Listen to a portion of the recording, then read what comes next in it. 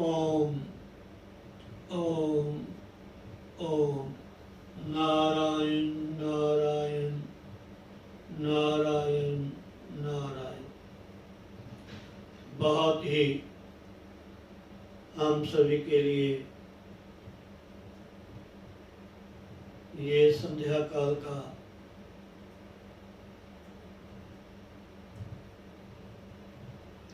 समय, जिसमें बैठकर हम सभी श्री गुरुदेव महाराज के चरणों में उनका ध्यान करते हुए भजनों के द्वारा तो हम प्रेयर करते ही हैं, वंदना करते हैं, प्रार्थना करते हैं, और साथ में हमें श्री परमहंस संताश्रम अमलोह रोड गौनसू की कोई खन्ना की तरफ से सत्संग, कथा, हरि नाम संकीर्तन श्रवण करने का अवसर मिलता है। ये हम सब के लिए एक बहुत ही उस परमपिता परमात्मा की अपार कृपा है।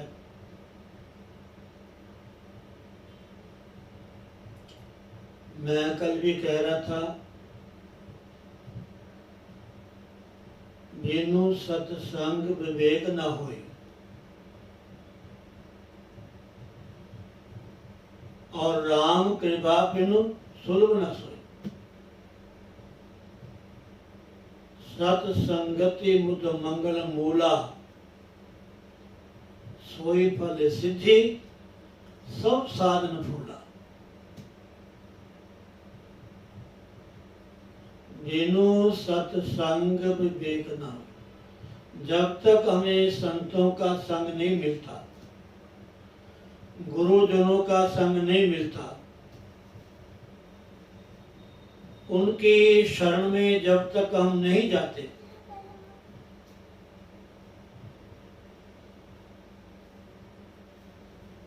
तो हमारा जीवन माता बहनों भाई बंधुओं अधूरा है। ये हमारे भारतवर्ष के अनादिकाल से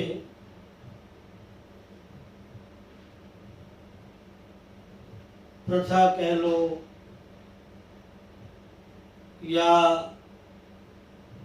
ये एक हमारे भारतवासियों की एक श्रद्धा है।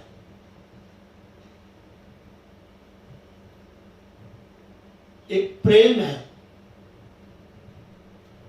अगर परमात्मा को पाना है, भगवान को पाना है, तो हमें अपने जीवन में किसी न किसी संत महात्मा की, सदगुरु की शरण लेनी ही पड़ेगी। समझे नहीं? राम नाम सत है, पर चापी संतां दे हाथ है। बिन मुर्शद प्रभु हाथ न आवे।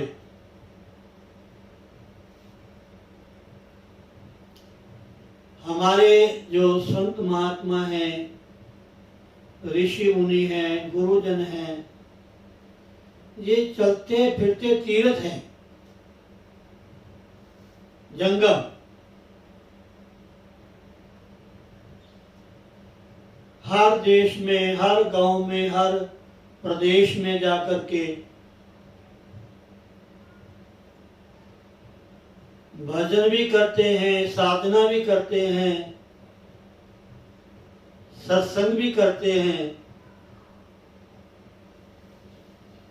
और साथ में समाज का कल्याण भी करते हैं। संतों के मन में एक ही धारणा होती है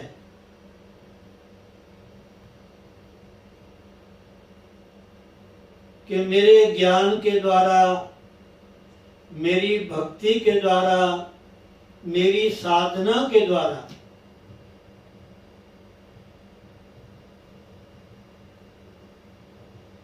जितना भी ज्यादा हो सके समाज का कल्याण। मैंने एक बार सुनाया था ना आपको कि एक संत भिक्षा लेने गए। अब कोई भी साधु हमारे दरबार में मधुकरी भिक्षा लेने आते हैं तो भिक्षा के बहाने ना जाने हमें वो क्या अमूल्य धन दे जाते हैं, हमें पता ही नहीं है। कितने जन्मों के जो हमारे किए हुए पाप कर्म है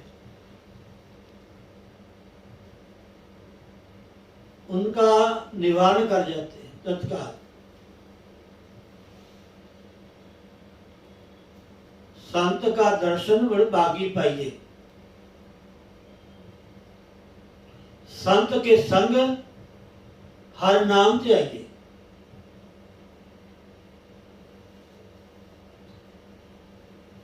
मिलती है साधुओं की संगत कभी कभी, मिलती है साधुओं की संगत कभी कभी।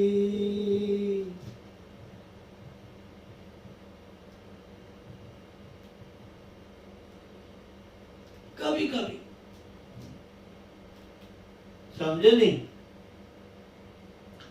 संत का संग बड़ भागी पाइए, साध के संग हर नाम ध्याइए। हमारे भारत के ही संत महात्मा हमें भक्ति में, साधना में, भजन में, सिमरन में, दान पुण्य में, सत्कार्य में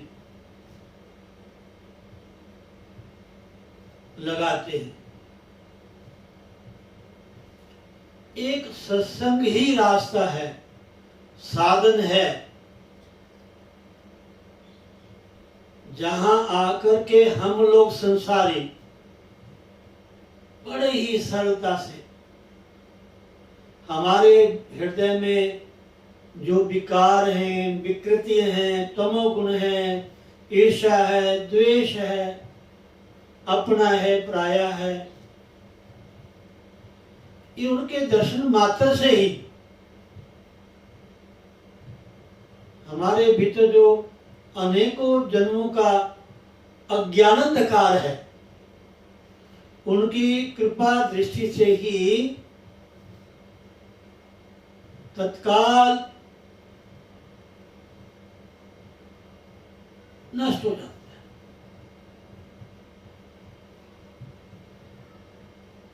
जे सो चंदा उगवे सूरज चढ़े हजार,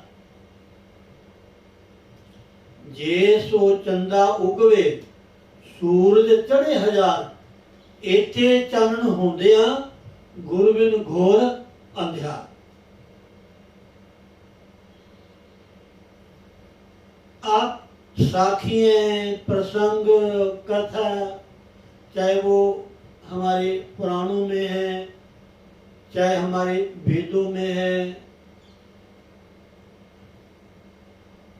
कितने कितने जिन्होंने पूरा जीवन पाप किया है, अपराध किया है, व्यभिचार किया है, लेकिन संतों के संग से उनके जीवन में परिवर्तन हो गया।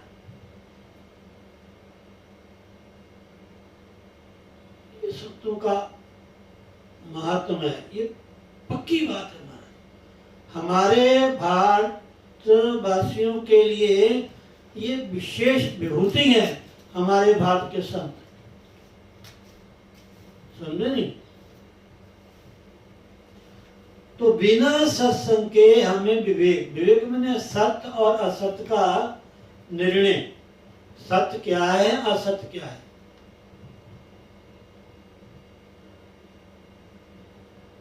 और जो असत है महाराज, जो भी हमें देखने में आता है, सुनने में आता है, जहां तक भी हमारी बाहरी इंद्रियों की गति है, चाहे वो मन है, चाहे वो हमारा कुछ भी है, ये सब असत है, मिथ्या है, ये संसार है। समझे नहीं? इसलिए लिखा है कि पुण्य पुंज बिनु मिलहि न संता, सत्संगति संस्कृति का अंता, अत्यंत उत्कृष्ट परिपाक वशात सदहि संगो जायते।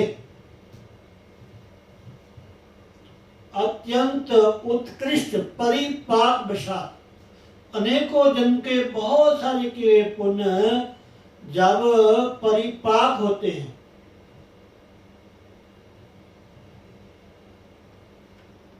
तब कहीं जाकर के संतों की शरण मिलती है, तब हमारे अंदर एक सत्वगुण विचार पैदा होते हैं, हमारे मन में शुभ विचारना, शुभ इच्छा पैदा होती है कि हम भी अपना कल्याण करें, हम भी भगवान का भजन करें।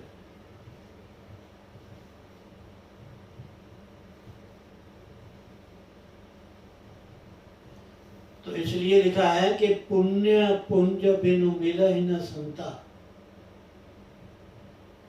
पुण्य क्या है?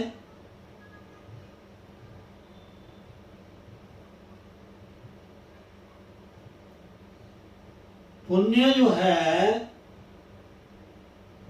कोई भी हम, अब हमारे पुराण है, वैसे तो महापुराण, पुराण, उपपुराण, हाँ जी, और बहुत सारे ग्रंथ हैं, लेकिन मैंने पढ़ा भी है, सुना भी है, भगवान व्यास जी ने पूरे पुराणों का निचोड़ निकाल दिया। अष्टादश पुराणेषु व्यासस्य वचन द्वयम्, 18 पुराणों में भगवान व्यास जी ने सार में, मूल में 2 ही बातें लिखी हैं। कोई पुराण आप पढ़ोगे, उठाओगे, हजारों संख्या उन श्लोकों की, कथा प्रसंगों की, बहुत ही कम हम श्रवण कर सकते हैं।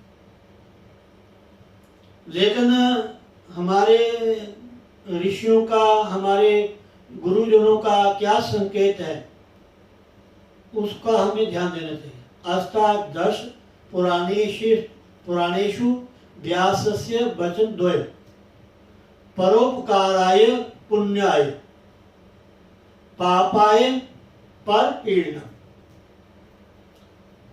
हमारे हाथों से, हमारे वाणी से, हमारे कर्म से अगर किसी का भी अच्छा कार्य हो जाए, किसी का भला हो जाए, इससे बड़ा पुण्य कोई नहीं है। परोपकाराय पुण्याय पापाय परपीडनम्। दूसरे का दुख दिखाना, इससे बड़ा पाप कोई नहीं है।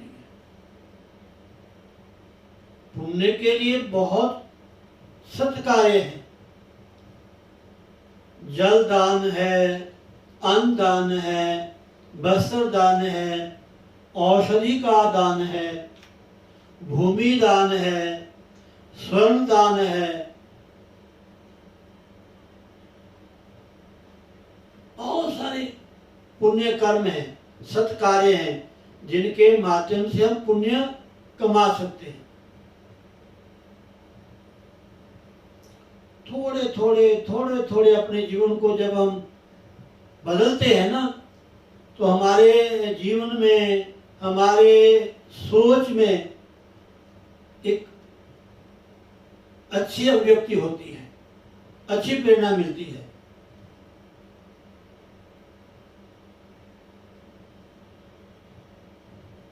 कैसे चलना है, कैसे बोलना है, कैसे बैठना है, कहाँ जाना है, कहाँ नहीं जाना है, क्या खाना है, क्या नहीं खाना है, क्या बोलना सही है, क्या नहीं है, ये सब संगति से ही ये शिक्षा, ये प्रेरणा हमें मिलती है। ये दृष्टांत हैं, ये जो कथाएं हैं, ये जो साखी हैं, ये जो प्रसंग हैं, जब इनको हम श्रवण करते हैं तब हमें पता चलता है कि हमें भी ऐसा बनना चाहिए। इसलिए माता बहनों, भाई बंधुओं, सत्संग का हमारे जीवन में होना बहुत ही जरूरी है। तभी किसी ने लिखा है ना, जहाँ सत्संग होता है वहाँ पर नित्य जाओ तुम, वहाँ पर नित्य जाओ तुम। जहाँ सत्संग होता है वहाँ पर नित्य जाओ तुम, वहाँ पर नित्य जाओ तुम। हमें फुर्सत नहीं कह कर ये मौका मत गवाओ तुम, ये मौका मत गवाओ तुम। जहाँ सत्संग होता है,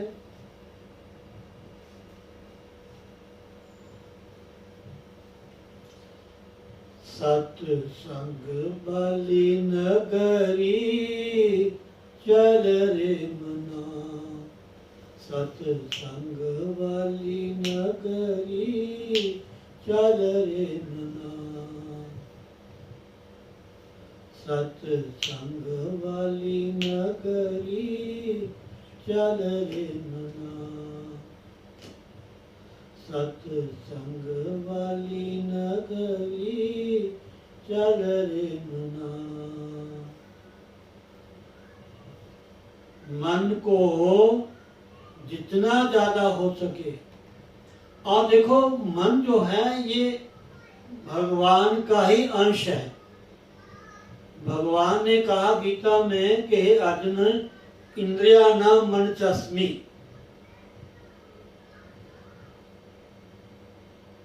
आप जितना ज्यादा मन संसार में लगाओगे उतना मन बेचैन होगा, उतना मन असंतुष्ट होगा, उतना मन विकृत होगा। और जितना मन भगवान की भक्ति में लगाओगे, भगवान के भजन में लगाओगे, भगवान के चरणों में समर्पित कर दोगे, स वै मनः कृष्ण पादारविंदो भजांसि वैकुंठ गुणानुवर्णे, करोड़ हरे मंदर मार्गदाशु मर्जनाशु श्रुतिम चकारा अच्युत सतकुत हो गया। भारत में लिखा है कि वही मन सार्थक है जो मन हमारा भगवान के चरणों में लग गया। स वै मनः कृष्ण पादारविंदो भजांसि वैकुंठ गुणानुवर्णे, करोड़ हरे मंदिर मार्जनारीषु। वाणी वही सार्थक है जिस वाणी के द्वारा ज्यादा से ज्यादा भगवान का नाम लिया जाए। एक राजा था, राजा लोग प्राय व्यापार करते ही हैं, देशों विदेशों में जाते हैं,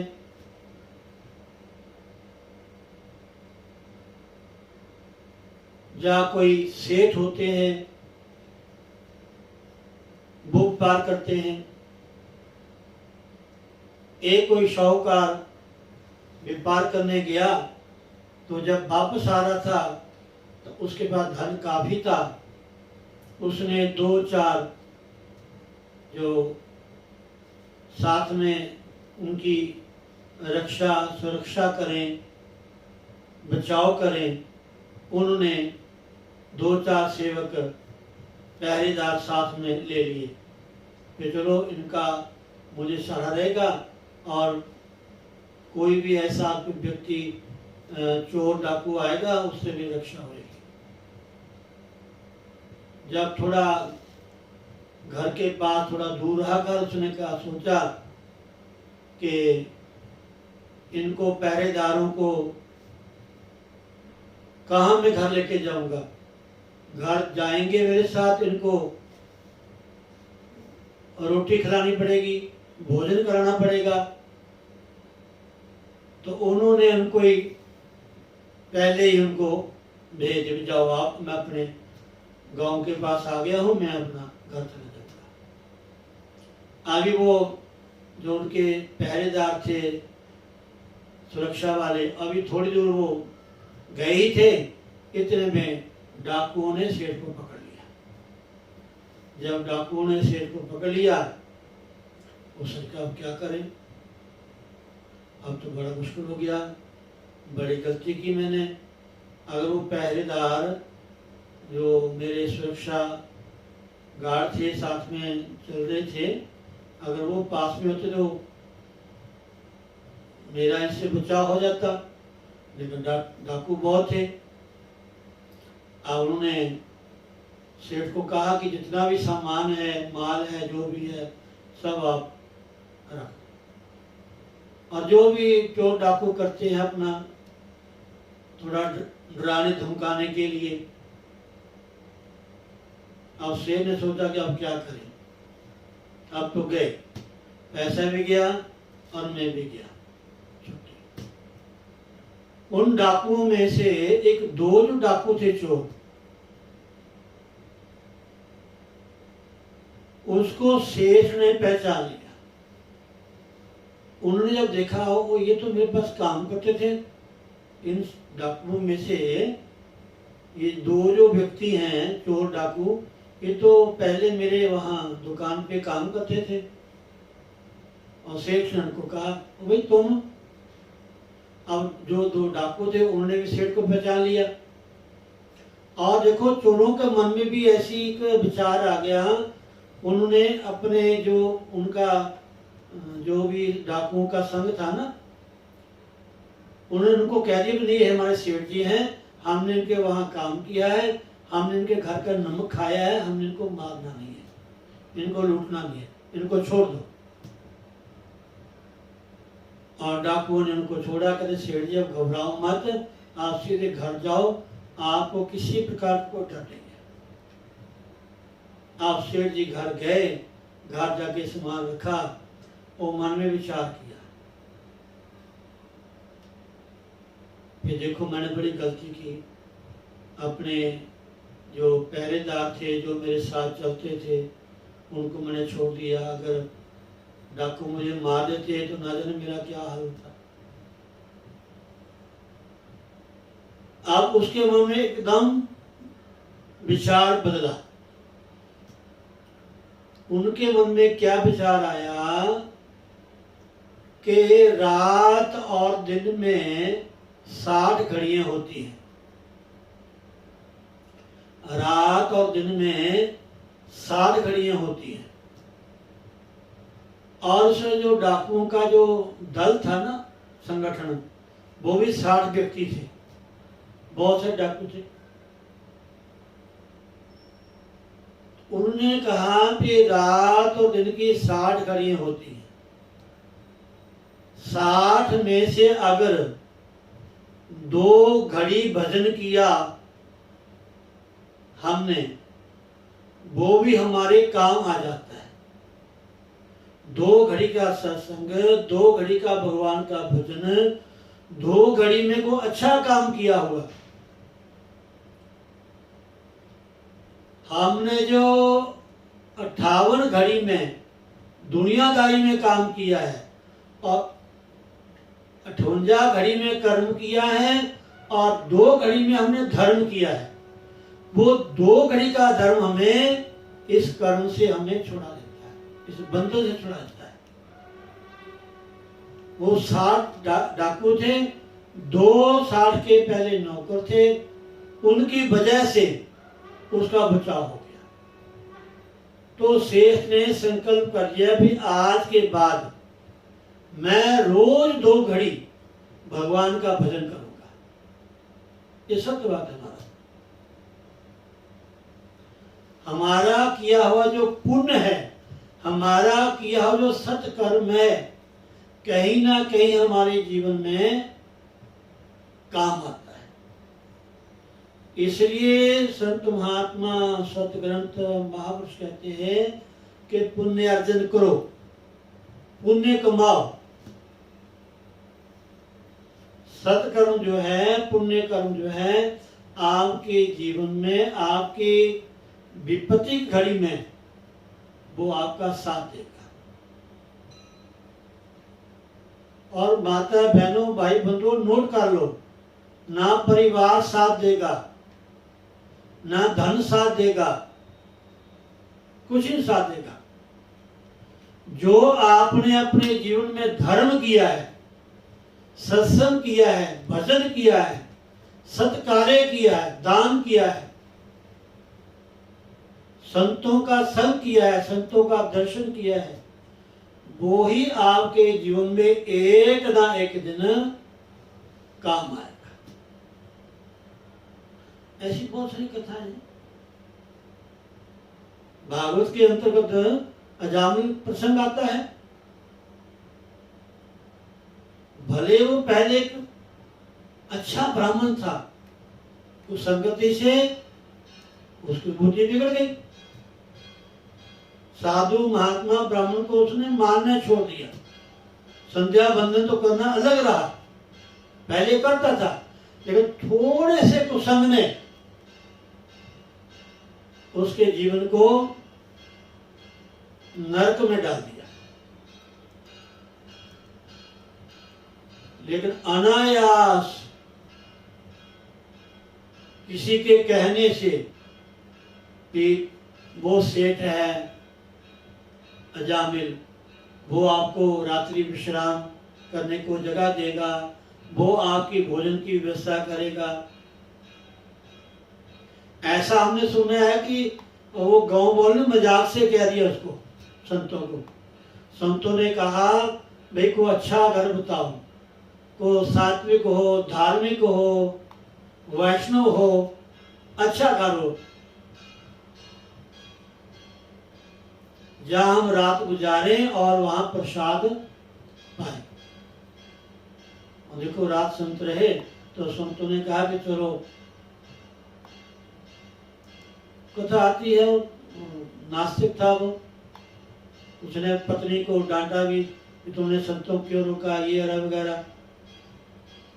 लेकिन संतों ने देखा कि इनकी पत्नी के संतान होने वाली है और ये थोड़ा सा गलत रास्ते पड़ गया, तो हमारा फर्ज है, हमने इनका अनुग्रहण किया है, रात हमने काटी है, इसलिए हम, और तो इसने भजन तो इससे होगा, पापी से भजन नहीं होता। जो ज्यादा समय परिवार में, संसार में, व्यवहार में ज्यादा समय लगाते हैं ना, वो ज्यादा रोगी हो जाते हैं, ज्यादा जल्दी बूढ़े हो जाते हैं, ज्यादा असमर्थ हो जाते हैं। ना वो बैठ सकते हैं, ना वो तीर्थ यात्रा कर सकते हैं, ना वो सेवा। जवानी में ना कुछ किया है इन्होंने। जवानी में तो दुनिया में सारा समय खाने में, पीने में, नाचने में, कूदने में, देखने में, सुनने में व्यतीत कर दिया। जब शरीर में ताकत ना रही तब भजन करने लगे तो नींद आने लगी, कमर दर्द करने लगी, सिर दर्द करने लगा, गला बैठ गया, सांस फूल गया। ओ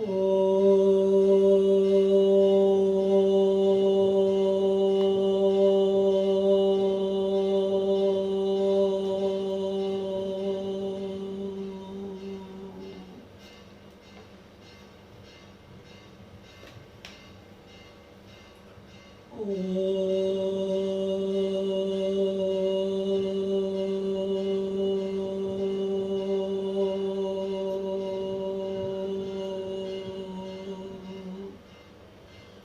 तक शक्ति है, जब तक शरीर में समर्थता है, बैठे बैठे 2 घड़ी का सत्संग, 2 घड़ी का सत्संग महाराज, 1 घड़ी आधी घड़ी आदि से बुनियाद तुलसी संगत साध की कटे कोट अपराध महाराज। ये सत्य बात। तात स्वर्ग अपवर्ग सुख, धरिए तुला एक अंग, तूल ना ताही सकल मिली, जो सुख लब सत्संग लब।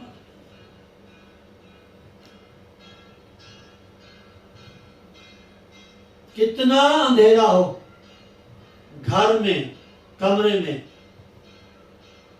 बस स्विच ऑन किया नहीं, प्रकाश हुआ। एक बार अंधेरे ने, ऐसा मैंने पढ़ा है कि ब्रह्मा जी से शिकायत की कि ये सूर्य है ना, सूर्य प्रकाश, मैं जहां भी जाता हूं वहां ये पहुंच जाता है, इसको समझाओ। मैं जहां भी जाता हूं मुझे रहने नहीं देता, और जहां ये होता है वहां मेरी कोई सत्ता नहीं। आप भगवान ब्रह्मा जी निर्णय तभी करेंगे ना जब दोनों पक्ष इकट्ठे होंगे। जिसकी शिकायत की है या जो शिकायत करने वाला है, जब दोनों पक्ष इकट्ठे होंगे तभी उसका फैसला होगा ना। दोनों की बात सुनेंगे कि क्या भी तुम सही इसको तंग करता है, क्या सही इसको आपसे परेशानी है। तो ब्रह्मा ने कहा भाई प्रकाश को, सूर्य को बुलाओ, मैं उसे पूछता हूं तुमको क्यों तंग करता है। अब सूर्य को बुलाए कैसे, प्रकाश को बुलाए कैसे। जब सूर्य प्रकाश आ जाएगा अंधेरा तो अपने आप ही खत्म हो जाएगा।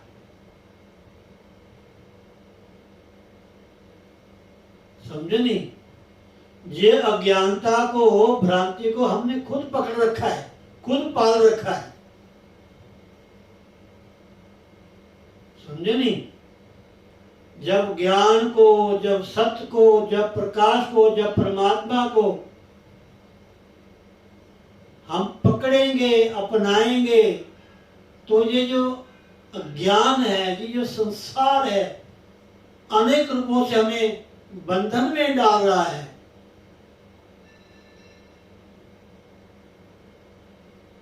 इसमें फंस करके हमने अपने जीवन, अपने शरीर की इतनी हालत बिगाड़ दी है महाराज। हाथ कंपते हैं हमारा, हाथ कंपते, सिर कंपता है, नाकों से पानी निकलता है, मुंह से पानी निकलता है। अब देखना किसी रोगी की, असमर्थ की, जिसको वो क्या कहते हैं, वो जो अटैक होता है, कैसे शरीर चलता हो, मैं देखता हूं।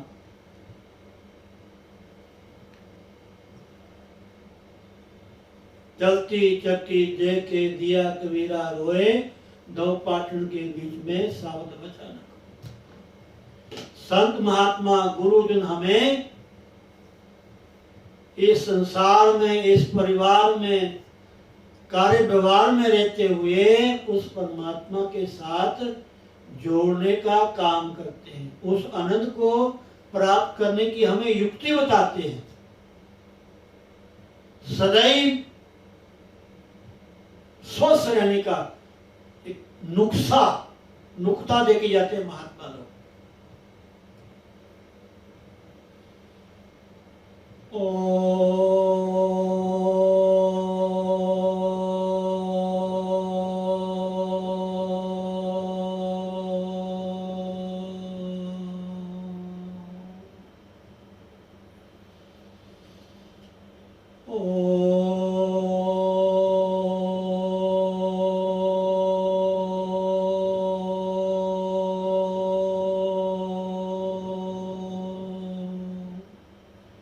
जो भी नाम आपको गुरु से प्राप्त है, जो साधनाएं ध्यान की आपको आपके गुरुदेव ने आपको बताई है, इसको नित्य करें, नित्य करें। समझे नहीं? इसलिए विदु सत्संग विवेक न होई, राम कृपा बिन सुलभ न सोई। सत्संगति मुद मंगल मूला, सोई फल सिद्धि सब साधन होगा।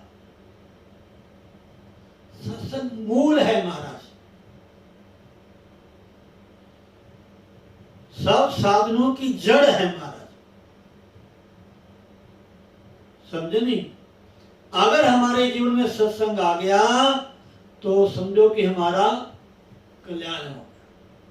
हमारे जीवन में कोई ना कोई महापुरुष, संत महात्मा, सदगुरु का होना बहुत ही जरूरी है। इसलिए मैं बार बार आपको निवेदन करूंगा, जितना ज्यादा हो सके ध्यान लगाएं, बैठिए बस। अपने भीतर से संसार को बाहर निकालें। भीतर तो परमात्मा है, आत्मा है, प्रकाश है।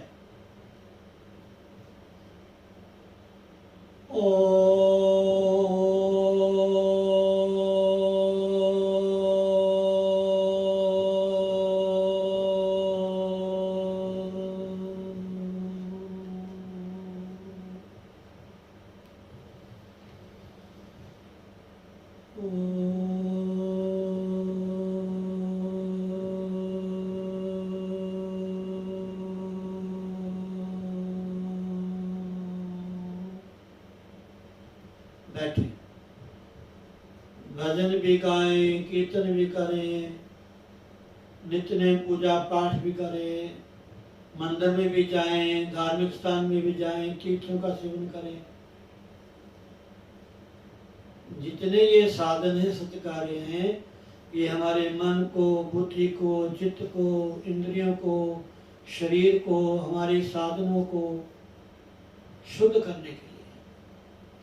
जब इन साधनों से, ऐसा मंदिर जाने से, सुबह नहाने से, नहा धो करके पाठ करने से, दान पुण्य करने से, अच्छे कार्य करने से जब मन को संतुष्टि होती है, मन प्रसन्न होता है, तो फिर भजन में अपना मन लग जाता है। समझे नहीं? जैसे घर को साफ करते हैं, धोते हैं, ये वगैरह, जितनी साधनाएं हैं, ये संस्कार है।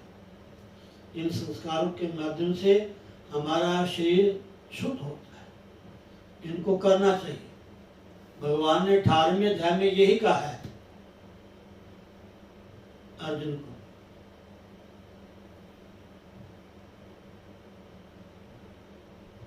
कर्मों का त्याग नहीं, कर्मों में जो आसक्ति है, कर्मों में जो फलासक्ति है, उसका त्याग है। कर्म का त्याग नहीं। कर्म तो करो,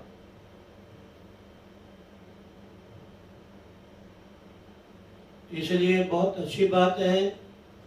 सबसे परम सौभाग्य यह है कि हमें अपने गुरुदेव के दिव्य स्थल से दिन प्रति संध्या काल में सत्संग सुनने का ये सौभाग्य हर रोज प्राप्त होता है। ये उनकी कृपा है। समझे नहीं? मूकुम करोति वाचालं पंगु लंघेते गिरम यत् कृपा तमं वंदे परमानंद माधवम।